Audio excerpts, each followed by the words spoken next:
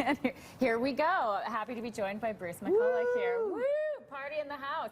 Before Bruce became one of the kids in the hall, of course, he created so many memorable characters that we know and love. Bruce McCullough was a self-proclaimed young drunk punk, as you describe yourself in the book and in the TV series named after the same title. So we're really happy to have you here, stopping by here this morning to talk about all things and a brand new book called Let's Start a Riot. Here it is right here. Titled by your son. Yes. Is that a true story? It was actually titled by my daughter, but I thought it would work better that it was my son who did it, so... Creative license on your own life. So there's problems in my home already. Uh-oh. Yeah. Rivalries. Picking children. Let's talk a little bit about what you're working on here in Calgary, what's brought you to our neighborhood, your old stomping grounds, and shooting a small screen production on your life here in Calgary. Literally my stomping grounds, where I used to get my head stomped in. I'm actually shooting a series for Rogers called Young Drunk Punk, which takes place in Bray Glen, my old townhouse community that I crawled out of as a teenager. And so literally crawled out of? Literally crawled out of. So we're shooting that here, and that's why I'm spouting this terrible mustache. It's for my character that I'm playing. And so we're in the middle of that right now. Okay, so and there's you and your wife. Your wife is actually playing your wife. What is that like, working together? It's quite nice, actually. And at first it was like, oh, you want to audition? Okay. And then she seemed to be the best at it, and I let everyone else say that, so it's really fun.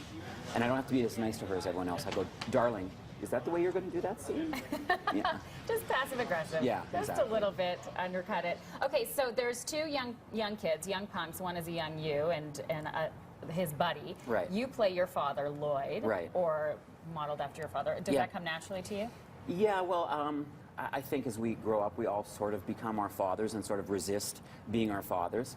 And yeah, then there's a couple characters who don't literally play a young me. It's sort of the spirit that I embodied, or me and my friends kind of embodied as young fools who didn't like society but had no plan to do anything. So it's about those years where you're trying to form a plan in your life. Absolutely. Shooting in and around this city, and tell us a little bit about some of the Calgary spots that you've dug out and trying to put back in 1980. Well, we were at Nick's Steakhouse, of course, a few times. Which hasn't changed, I don't think. No, it hasn't changed, and even the mustache is the same as it was there. And we're replicating the Calgarian Hotel, which was the punk bar that I also got my head beaten in. Where is the Calgarian? It was on 8th Avenue. Okay. Yeah, so many years ago.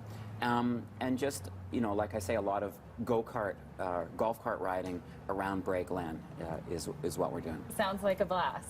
It sounds like an absolute blast. Has Calgary changed much since you were here in the 80s? Oh yeah, it's a mega city now. Well, also, of course, when you're a teenager, your world is very small. It's the record store that you go to, and it's the Calgary Corral, but it's very small. So obviously now it's a boisterous, rich city.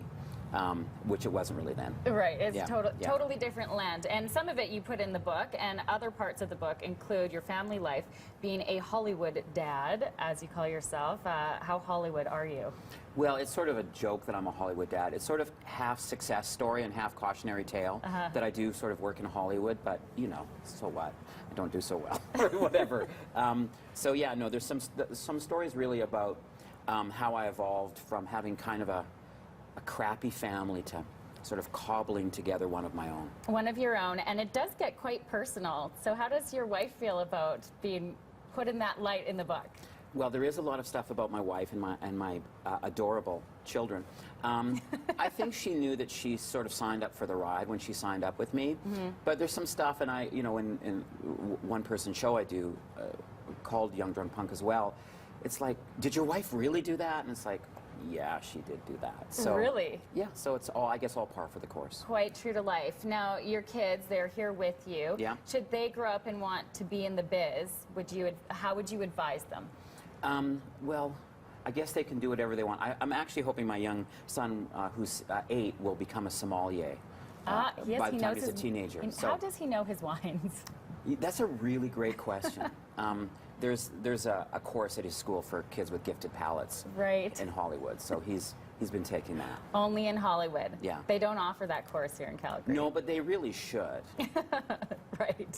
He seems to be an expert. Well, the book is great. It is out this week. It's called Let's Start a Riot. And even if you don't know Bruce from Kids in the Hall, it is absolutely hilarious. I was laughing out loud at my desk reading it all of yesterday. We've been passing it around. So congratulations on the book and on Young Drunk Punk, which will air right here on City in 2015. Bruce, always great to see you. Thank you for having me. Thank you so much for waking up early with us.